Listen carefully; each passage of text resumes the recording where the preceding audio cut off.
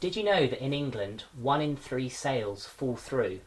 The conveyancing process, the part of the process after the sale is agreed, is where so many things go wrong, and you've got a chance of failure which is quite high. That's why today I'm joined by James Allum. He's a solicitor, and he's going to answer some of the key questions about the conveyancing process. I'm Jack Flower. I'm an estate agent and have been working for many years.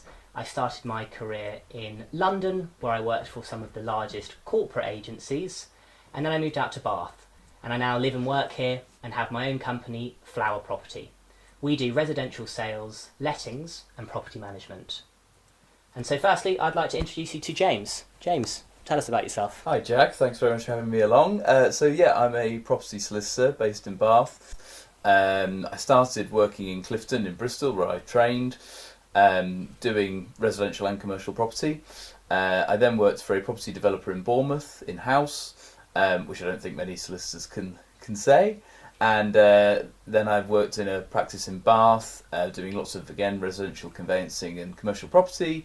And I've now gone to be self-employed as a partner at Carbon Law Partners, we're again across both residential and commercial property. Great, fantastic. So I'll start first with the big question. Why is it you think that so many deals do fall through in England and Wales especially?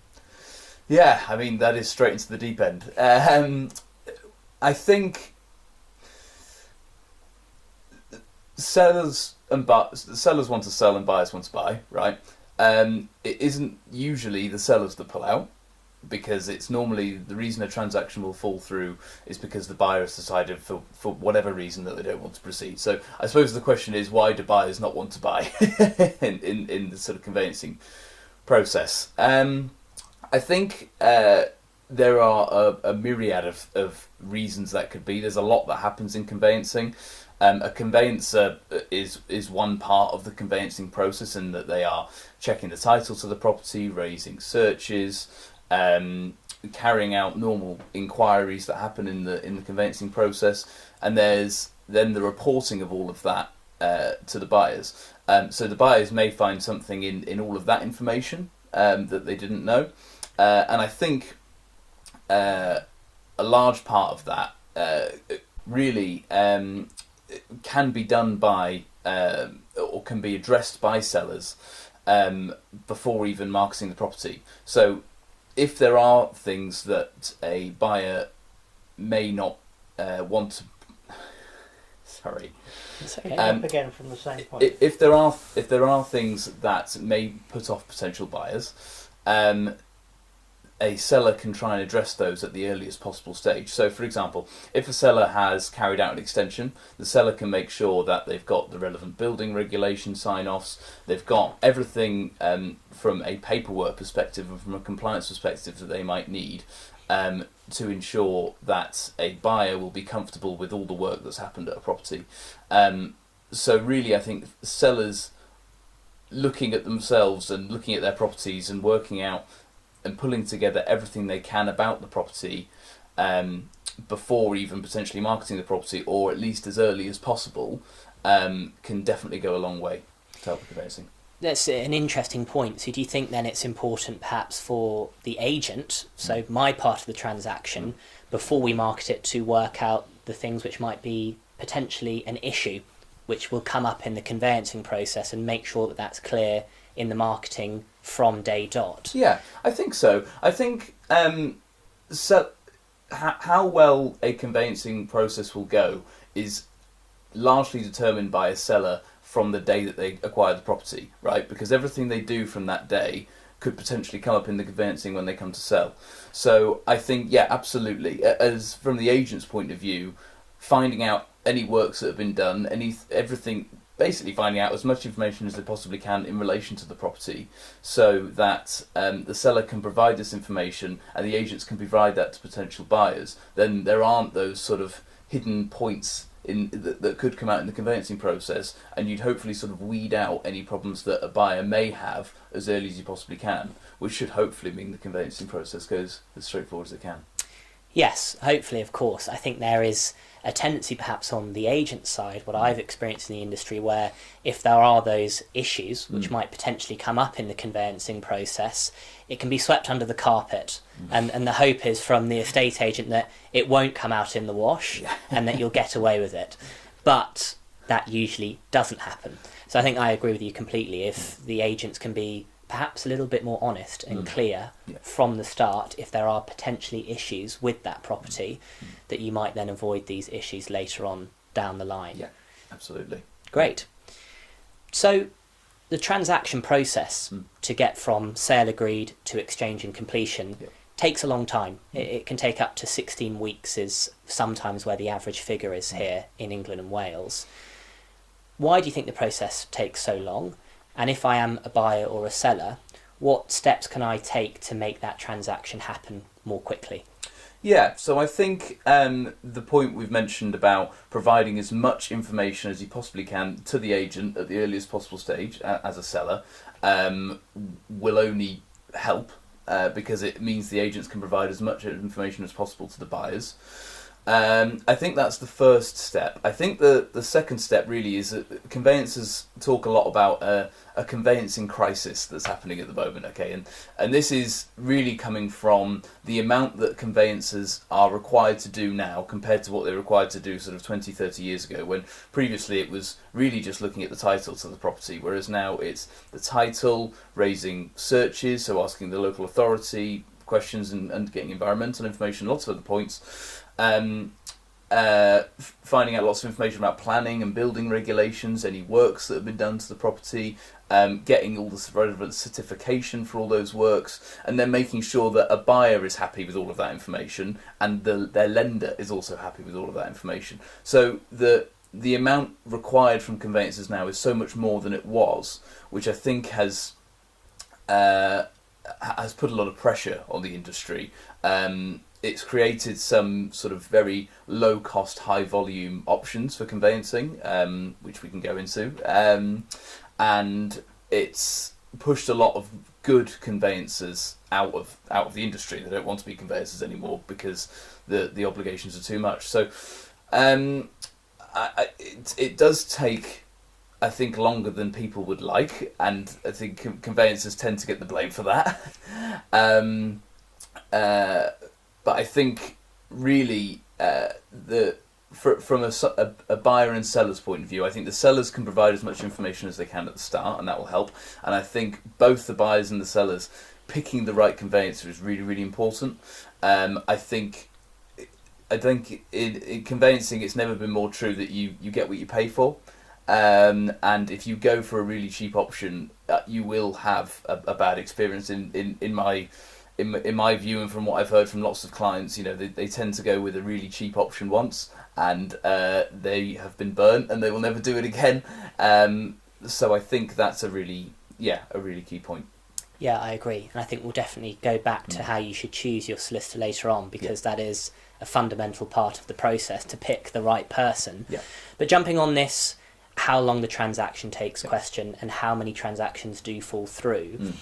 In Scotland, there's a completely different system where the seller, when putting the property onto the market, has to get a buyer's pack for potential buyers who are looking at it, which will have searches already completed, a survey completed, a lot of the work which now in England and Wales is done after the sale is agreed, and which, as you said, contributes to that length of time that we have to get through to exchange and completion.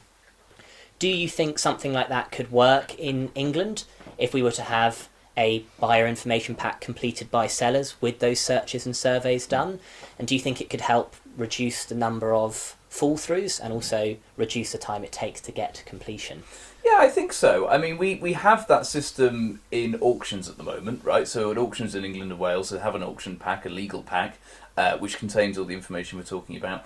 I mean, at the moment, we are stuck with the system we have in that in a normal, what's called a private treaty, so a normal conveyancing transaction, purchase and a sale, not at auction, the buyer will carry out their own searches and their own survey, which, yes, definitely slow the transaction down, because the local authority search, for example, that's the one that tends to take the longest. That can take anything between generally sort of 15 and 30 working days. At the top end, if a local authority is experiencing big delays, it could take 60 working days, so sort of 3 months. So yes, I think absolutely that getting to a point where providing as much information as you can at the start would definitely help the transaction go smoother. I don't think we're at a stage where sellers can provide searches and a survey. That still needs to be done by buyers at the moment. It's just the system we're in. It's all around lenders' requirements and who owns the searches and the survey and all the rest of it. But yes, I think it would be good if we can get to a stage like that. Yeah. So when you say it's not necessarily possible right now when it comes down to who's owning the searches and lenders' requirements, tell us more about that. What would perhaps be the limitations there to stop us from doing it in the way that Scotland has it at the moment? So at the moment, the buyers will have to order their own searches because the lender wants the buyer to order their own searches because they want to rely on the information that the buyer and their solicitor has obtained. And we have to remember the buyer's solicitor is also acting for the lender, right? So they have a duty to both of them. So yeah, we're stuck with that basically. No, fair enough. But hopefully changes. Yeah. Or at least it seems like there's an appetite for change for sure. Yeah. So you mentioned a little bit earlier about people getting burnt by taking the cheap option or choosing the wrong solicitor. If I am a buyer or a seller and I've just got the deal agreed, what should I look out for when choosing a solicitor or a conveyancer? What are the key things I should be looking out for? Yeah, so I think the starting point is the estate agent will almost definitely tell the seller and or the buyer a recommended solicitor, right? And that will generally be a buyer's and a seller's starting point for what solicitor to go to. That can work really well, and at other times it can work really badly.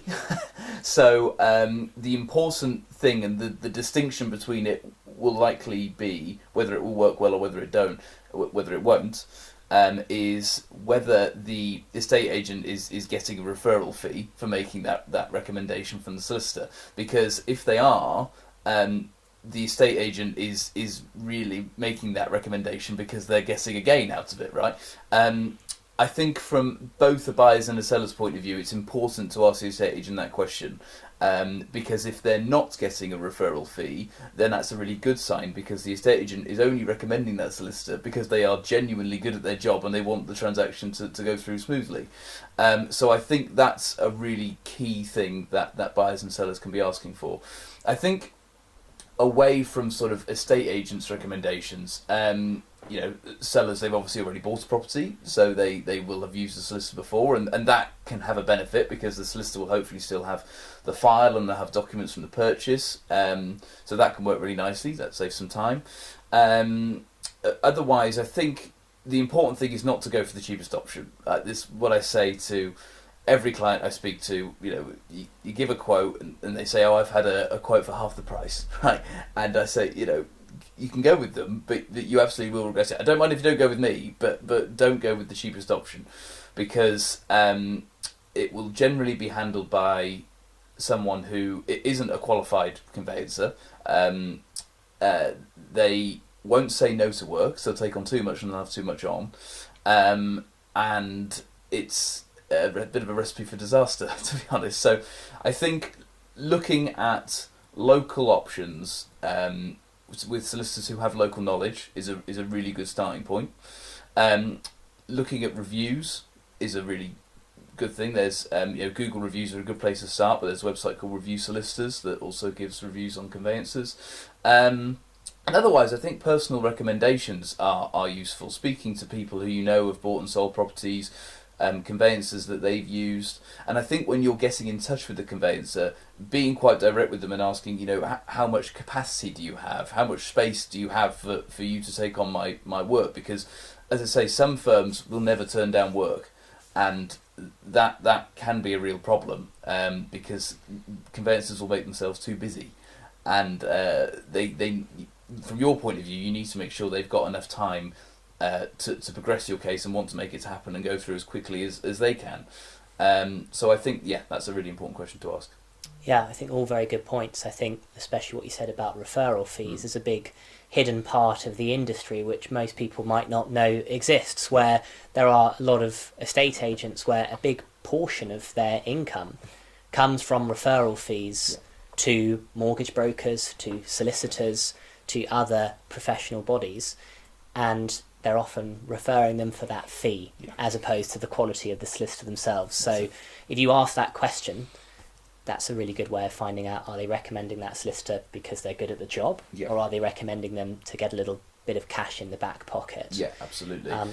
So I would just say as well, the solicitor's letter of engagement, their terms and conditions that you sign up to, if they are getting a referral fee, it will have to say in there that they're getting a referral fee. So if you're not sure, check that, because that will give you the answer. Okay, so then there's no way of hiding the truth there. Exactly. No, great, fantastic. So essentially, often those cheap fees that you see, they are too good to be true, and there are lots of hidden costs there which you need to look out for. Yeah, absolutely, yeah. And I think, getting a fixed fee is important. Certainly, myself and lots of other conveyancers will give you a fixed fee, and, we try not to deviate from that as much as we can. I myself try to give you just one global fee for everything that a conveyance will include. So, lots of conveyancers will charge a legal fee, a purchase or a sale fee, and then a file opening fee, and then a leasehold fee, and then a mortgage fee, and then a file closing fee. I myself, and lots of other conveyancers, it's just one fee, and that's what it's going to be. Conveyancing is very standard to then list the disbursements that I mentioned separately, so the money transfer fee, ID fee. But in terms of the actual legal fees, I think just one figure works much more nicely. I think we should all be trying to aim towards that. It's just much clearer. Yeah, much clearer. I completely agree. And so obviously we're talking about pricing. That's one of the things which you want to ask your solicitor. What do you charge? But if I'm phoning up James and I'm looking to buy a property, what questions should I be asking you to find out if you're the right solicitor for me to choose? Yeah, I think, the fee is obviously important. The capacity question, I think, is really important. How much time do I have? I think being prepared to hear an honest answer. I think clients can get a bit frustrated sometimes. I know I've had it where I've been particularly busy, and I've said to clients, "Well, look, I'm really quite busy at the moment." And it's important as a conveyancer to be honest about that. I think there's no point lying and saying, "Oh yeah, great, I'll take your matter on and we'll get it done by next week," and it's just a lie. So no, important to be honest, and I think important for clients to get that honest answer from conveyancers about how much capacity they've got, because that will really make a big difference in the transaction. I think in terms of other information, understanding how much of an infrastructure around that conveyancer there is. So, do they have a team? Do they have admin support? I think that's quite important. What happens if they're ill or they go on annual leave? These aren't as important things, but I think that they're things that are worth considering. No, so I think two of the biggest points you said is capacity, cost, and then all these other points are important. But if you know that they've got the time to do the job and that they're charging a fair price, you're probably in a good position to choose them. So you are self-employed, like myself. You've got your own business which you're building.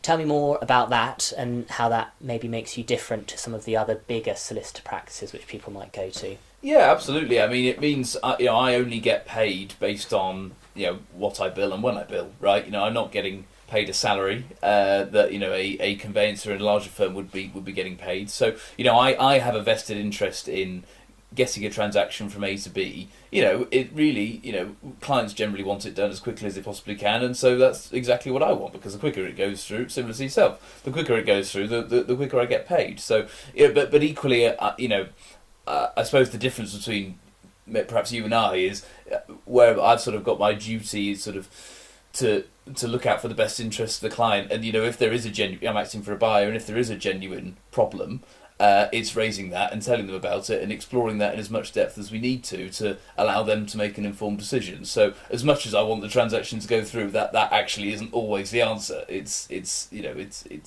digging into it more and giving them the right service. So I think that's probably the biggest pro, if you like, of me being self-employed from a client's point of view. But I mean, from my point of view as well, it's I love what I do, and building a base and a client base and showing clients the great service I can offer, I think is really important for me and my brand, so that they can go away and give those recommendations to the people they know, and ultimately the practice will grow. So service for me is absolutely paramount to everything I do, which I think with me being self-employed is a great benefit to a client. Definitely, because I know it's the same for me. If someone instructs me, it's me who's dealing with every part of the transaction and process, and that's the same for you, right? It's not that you'll be the one who meets them on the first day and then it's puffed off to a legal assistant. You're dealing with everything throughout the entire process from start to finish, and I think people really value that they've got you for the whole journey. Yeah, that's exactly right. Yeah, I mean, it's that personal service, right? It's you've got me, you've got my mobile number. You can call me when suits you, and let's try and get the transaction through as quickly as we can. Well, that's what we all want. That's definitely what we all want.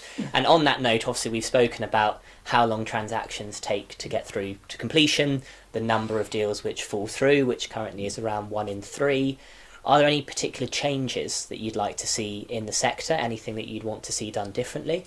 Yeah, I think conveyancing historically has been a very slow industry to adapt, right? So I think the introduction of technology has, everyone talks about AI now, right? It's a massive thing, and it's growing extremely quickly. For an industry that doesn't grow particularly quickly, I think it's something that we need to try and bring in as much as we can. There's definitely efficiencies there that can be brought in.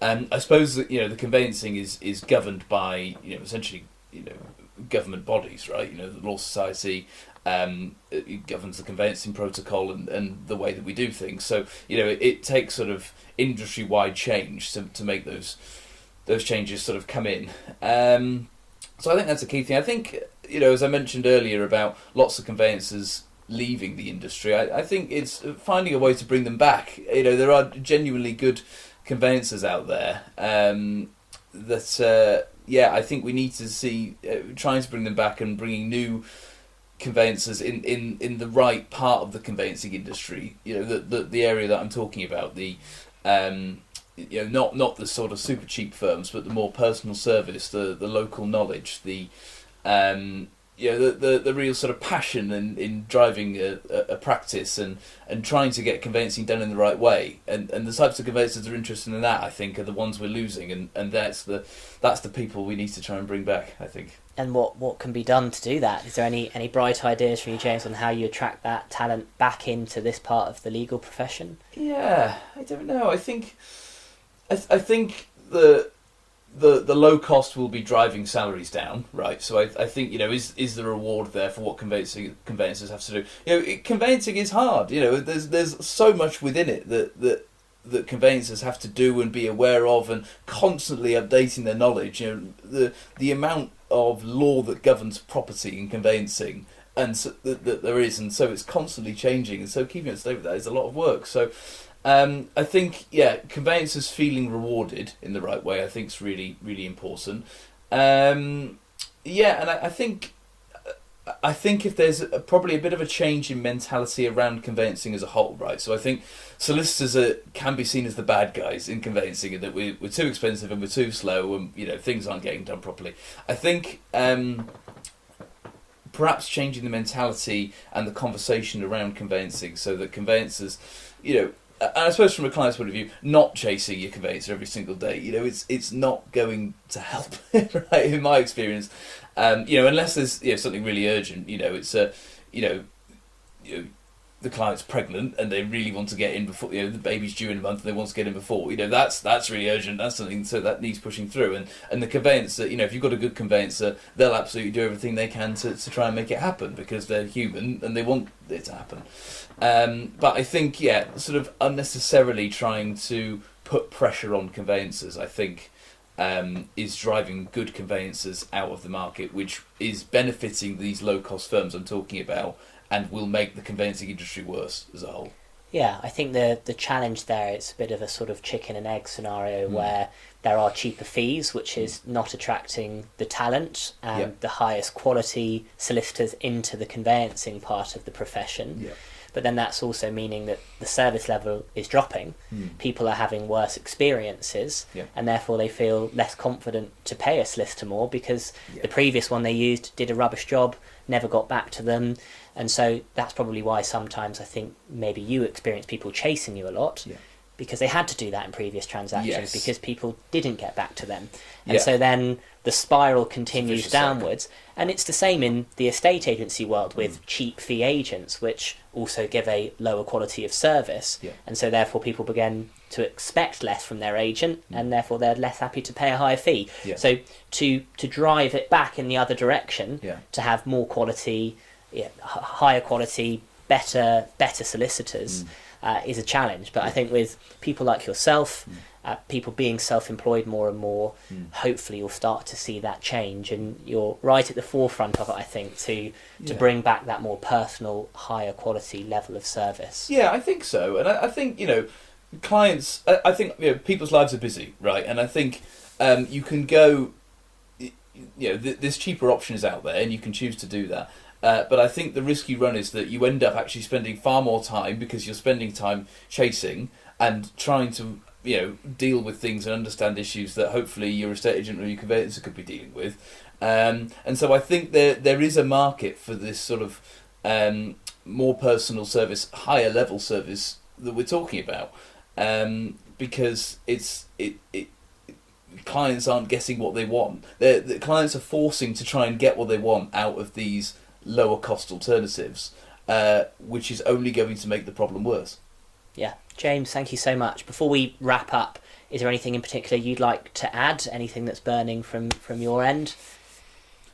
Good question. I think we've talked a lot about choice of conveyancers and the conveyancing industry as a whole. I think choosing your conveyancer and essentially doing your own due diligence on your conveyancers, right? Get a range of quotes, but get them from conveyancers that will do the job that you want them to do. So they'll be responsive, and they've got capacity to do your work. And hopefully they've dealt with someone or they come really well recommended, or they've got fantastic reviews, or all of the above. So, James, you've told us how you do things differently, what's different about perhaps choosing someone who's self-employed. Have you got any particular examples that you could tell us which might evidence that for us? Yeah, absolutely. There was one transaction we completed on recently. I was instructed back in September 24. So we've had 2 stamp duty changes since then. Just remember that part for this story. It was a couple. She was pregnant. Still sort of 7 months to go, plenty of time. Anyway, we get into the transaction, we deal with their purchase and it's all going really well. On their sale, we're dealing with one of the low-cost firms that I've talked about. We received some inquiries. The client had everything that they could have possibly needed, which was fantastic. They'd converted a shed in their garden to a studio, so they had all of the building reg sign-offs they need, and all the electrical certificates, everything else. So that was really easy to provide, and that went through really smoothly. We then got to a point where we were ready to exchange, and this was probably around sort of February time. So we still had plenty of time before the stamp duty changes at the end of March, and more importantly, her giving birth. We were ready to exchange. The buyer's solicitor said, our system's showing that we've got some more inquiries to raise, but I can't find them. So we said, okay, well, we must be ready to go. So, let's go on an exchange. We didn't hear anything for another 3 weeks or so. And then they came back with 4 new inquiries. And so all of a sudden, we're rushing around to try and answer these further inquiries, which could have been raised, at the start of the transaction, sort of back in September, October time. So, that was definitely an unnecessary delay. A further point on that is this what we thought was a very short chain. We thought, we were buying and selling, and there was one purchase ahead of us on top of our purchase, and one sale below us. It then transpired there were sort of 2 further purchases up the chain and about 3 further sales down the chain. So what that meant is all of these transactions needed to get to a point to exchange before anyone could exchange. And I think finding that out at a late stage really didn't help, because it meant the agents within the entire chain weren't talking about how progressed each transaction was. And so no one really knew when everyone else was ready to exchange. So all of a sudden, we're into March, we're ready to exchange as we have been for some time, and the rest of the chain isn't. And we're chasing all the time. My client's about to give birth. The stamp duty changes around the corner, so everyone's going to pay at least sort of $2,500 more in stamp duty, and it's just a nightmare. The client was extremely stressed, as I'm sure you can imagine. And anyway, we in the end we missed the stamp duty deadline, and it completed in early April. So it was a real shame for the client in that they had the additional cost, and the real shame is the stress. I think it circles back to what we've been saying about picking a conveyancer right, and you get what you pay for, both in terms of the conveyancer doing work, but also the agent. If the agent in that case, if all of the agents had done more work in finding out how long the chain was, there was absolutely so much time that could have been saved there that I think wasn't, and it was. Yes, we got there in the end, but I think it's one that was more of relief rather than joy. Yeah, I know the feeling. Had plenty of transactions just like that, James. I think it comes back to what you're saying. You want to pick someone who's got the time to do that due diligence, to take those extra precautionary steps, so that these things are avoided, rather than then frantically dealing with them after they come out in the wash in the months after the sale's agreed. James, thank you very much. I think it's been a fascinating conversation, really interesting. I'm sure lots of people who are watching or listening to this can feel a little bit more confident going into a property transaction now with some of your words. I'm sure people will want to reach out to you if they are interested in finding out more about you. What's the best way for them to go about that? Yeah, absolutely. So if you search James Allum on Carbon Law Partners, if you type that in Google, I'll come up straight away. Even typing in Carbon Law Partners and then finding me on the website, all of my details are on there. Any residential or commercial property transaction, I'd be delighted to help. James, thank you very much. Thank you for having me. I've been Jack Flower. Thanks for watching. See you next time.